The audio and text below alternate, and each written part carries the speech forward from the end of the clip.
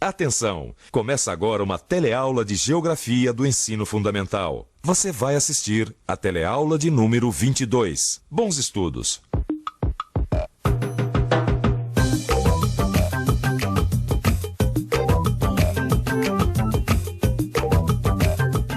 Nessa teleaula de hoje, você vai aprender como a população brasileira cresceu nas últimas décadas.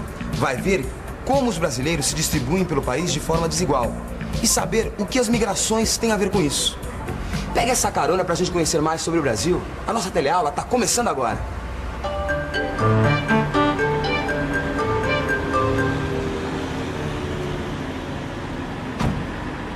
O amigo tá indo pra onde? Tô levando essa carga pra Recife. Será que dá pra pegar uma carona? Pode contar com a carona. O amigo tá sozinho? Tô. Meus 5 filhos e a mulher que tá esperando o sexto vão ficar aqui na Paraíba. Vai nascer seu 6º filho? Homem, você é daqueles que dá trabalho pro IBGE, hein? IBGE?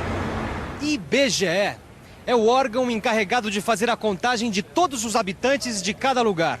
IBGE significa Instituto Brasileiro de Geografia e Estatística. Os dados levantados por esse instituto servem para a gente ficar sabendo o número de habitantes de cada lugar e como eles estão distribuídos por todo o Brasil. Isso, é claro, no momento da contagem. Pela contagem do IBGE, em 2000, a população do Brasil era de 169.799.170 habitantes. Eles contaram todo mundo?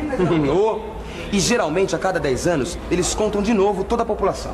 Isso chama-se censo demográfico. Ah, censo demográfico, isso eu conheço. É desse jeito que a gente pode colher dados precisos sobre a população.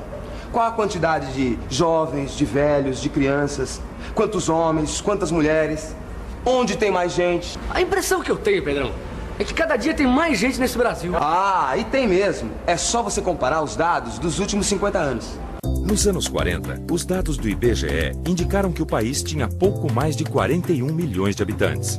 Em 1950, o Brasil já tinha quase 52 milhões de habitantes. A população aumentou nos anos 60 para 70 milhões e nos 70 para 93 milhões.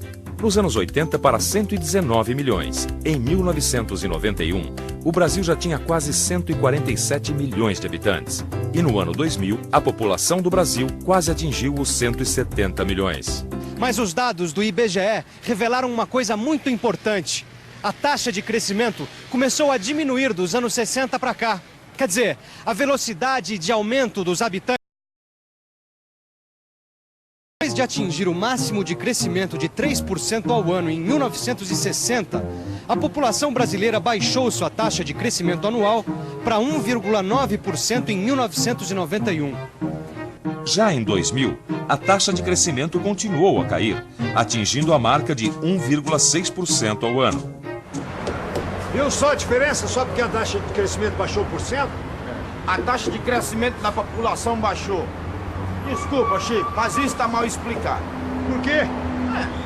Porque tá parecendo mágica, né? Uma hora o número de brasileiros cresce mais rápido. Outra hora o número de brasileiros cresce mais devagar. E eu não tô achando explicação nem pra uma coisa nem pra outra. Não tem mágica, não. Para começar, vamos entender por que o número de brasileiros estava crescendo rápido. Entre 1950 e 1960, a população do Brasil cresceu mais rápido porque diminuiu a taxa de mortalidade. Mortalidade? Você tá querendo dizer que começou a morrer menos gente? Isso mesmo. E para entender por quê, é melhor a gente pensar um pouco. Vamos pensar um pouco. Nos anos 50, o que aconteceu no Brasil foi o desenvolvimento das indústrias e o crescimento das cidades, onde as condições de vida eram melhores que no campo. Mais pessoas puderam ter acesso à rede de água e esgoto, o que diminuiu o número de mortes por problemas sanitários e de falta de higiene. Tudo isso fez com que o número de brasileiros aumentasse mais rapidamente naquela época. Mas a partir dos anos 60, a velocidade de crescimento da população diminuiu, porque o número de nascimentos diminuiu. Quer dizer, caiu a taxa de natalidade.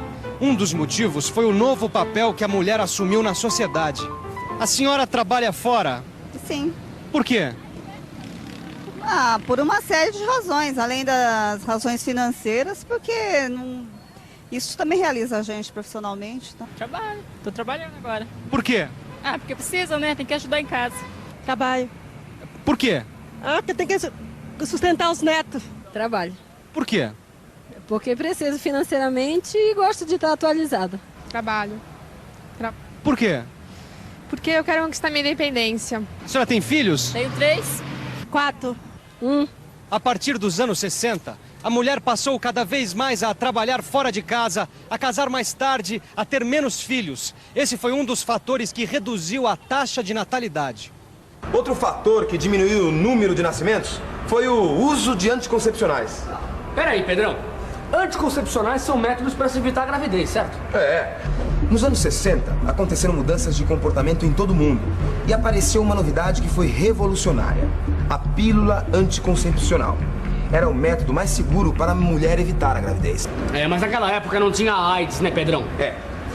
Hoje o melhor é você usar a camisinha, que além de evitar a gravidez, é o único meio seguro de você evitar o contágio do vírus da AIDS. Olha, Pedrão, pelo que eu posso entender, se a gente juntar tudo que a gente já viu, o que aconteceu no Brasil tem tudo a ver com a diferença entre o número de nascimentos e óbitos. O crescimento natural ou vegetativo é a diferença entre o número de pessoas que nascem e o número de pessoas que morrem num determinado período. No Brasil, nas últimas décadas, houve uma diminuição da taxa de mortalidade e, em seguida, uma diminuição da taxa de natalidade. Quer dizer, em relação à população total, começou a morrer menos gente e a nascer menos gente. Esse processo é chamado de transição demográfica. Transição demográfica é quando passamos de altas taxas de mortalidade e natalidade para taxas mais baixas. Passamos de um crescimento natural pequeno, com altas taxas de nascimento e mortes, para uma situação de mesmo crescimento, mas com taxas baixas. Isso influi na chamada pirâmide etária. A pirâmide é um gráfico que mostra a distribuição da população por idade, sexo e seu ritmo de crescimento. O gráfico mostra o número de mulheres e de homens por faixa de idade. Como você pode ver, a base da pirâmide da população brasileira é composta por crianças e adolescentes. Olha, pra falar a verdade, eu tô meio assustado. Eu nunca saí aqui da Paraíba. Mas você não precisa ficar assustado não, homem. Não precisa não. Você vai ver como é bom conhecer lugares diferentes. O que é que você já viu por aí? As grandes cidades, cheias de gente. Ou então aquela imensidão em que você anda um tempão sem ver viva alma. Como Roraima. Cheguei em Boa Vista, capital de Roraima, depois de uma longa viagem. Mas nem descansei muito. Logo segui para o interior do estado. Para ser sincero, me senti meio solitário. Às vezes é difícil encontrar alguém pelo caminho. A população aqui é de menos de 2 habitantes por quilômetro quadrado.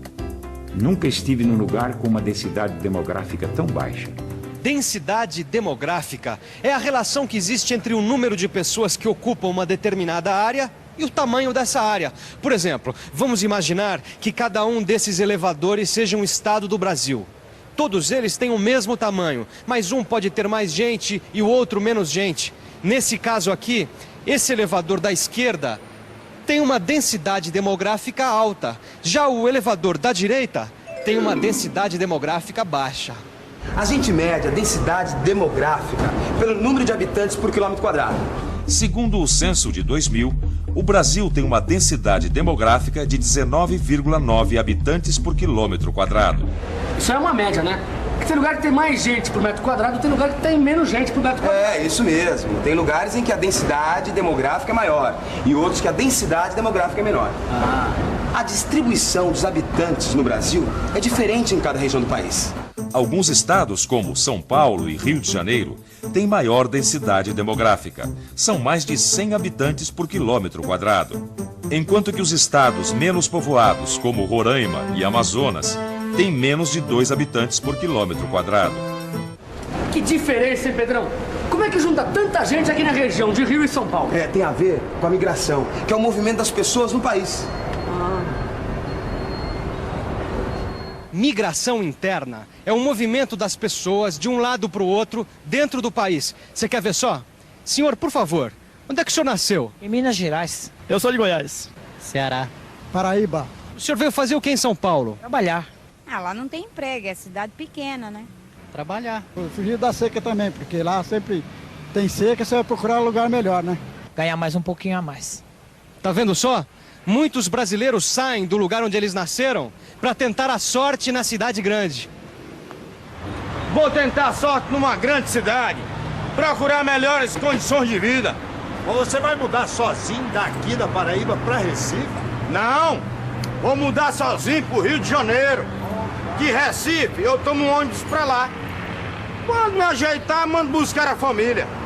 Então vamos rápido, porque quanto mais depressa a gente for, menos tempo você fica longe da tua família. Oba! Mais um caso de migração interna.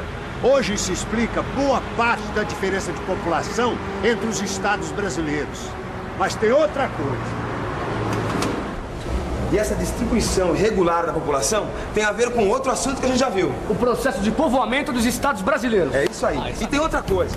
Os europeus, africanos e asiáticos, que foram responsáveis pela formação do povo brasileiro, haviam consolidado o povoamento da zona costeira. E até 1940, como vemos no mapa, a população estava concentrada nos estados litorâneos, que produziam basicamente mercadorias para exportação. Agora, repare como o povoamento do interior aumentou nas últimas décadas. Parece que São Paulo veio atrás de mim nessa viagem pelo sul de Goiás e Mato Grosso do Sul. Ou melhor, veio na frente. Porque foi a agricultura paulista que atravessou a fronteira e foi uma das responsáveis pelo maior povoamento desses estados. Deve ter sido uma aventura, já imaginou? Saíam as frentes pioneiras, gente que se deslocou para terras novas, conquistando terras da floresta para a agricultura. Quando elas começaram, o Brasil ainda era um país com economia baseada na agricultura. As cidades brasileiras passaram a crescer mais rápido a partir dos anos 50. Foi quando as indústrias passaram a ter mais importância no país. Muita gente deixou os seus estados para trabalhar nas fábricas. A migração interna foi em direção principalmente de São Paulo e Rio de Janeiro, que era onde a indústria se desenvolvia. Hoje em dia, muitos trabalhadores procuram oportunidades de trabalho primeiro nas grandes cidades próximas de seus lugares de origem. Que movimento desse povo de lá pra cá, hein? Não é à toa que tem tanta correspondência pra entregar. É tanta carta e tanto assunto que eu acho melhor a gente fazer uma revisão. E atenção, se liga aí que é a hora da revisão. Na teleaula de hoje, você aprendeu que o censo demográfico é a contagem periódica da população, o que permite obter estatísticas sobre a população brasileira. Viu que a partir dos anos 60, a população teve um crescimento mais lento e que mudou a relação da taxa de mortalidade e da taxa de natalidade. Aprendeu que a população se distribui desigualmente pelo país e que há lugares com densidade demográfica baixa, enquanto os grandes centros têm densidades mais altas. Viu também que a migração interna e o tipo de povoamento dos estados influem nessa distribuição. Na próxima teleaula, a gente vai entender melhor como a economia do país influi na vida dos trabalhadores brasileiros. Bons estudos e até lá!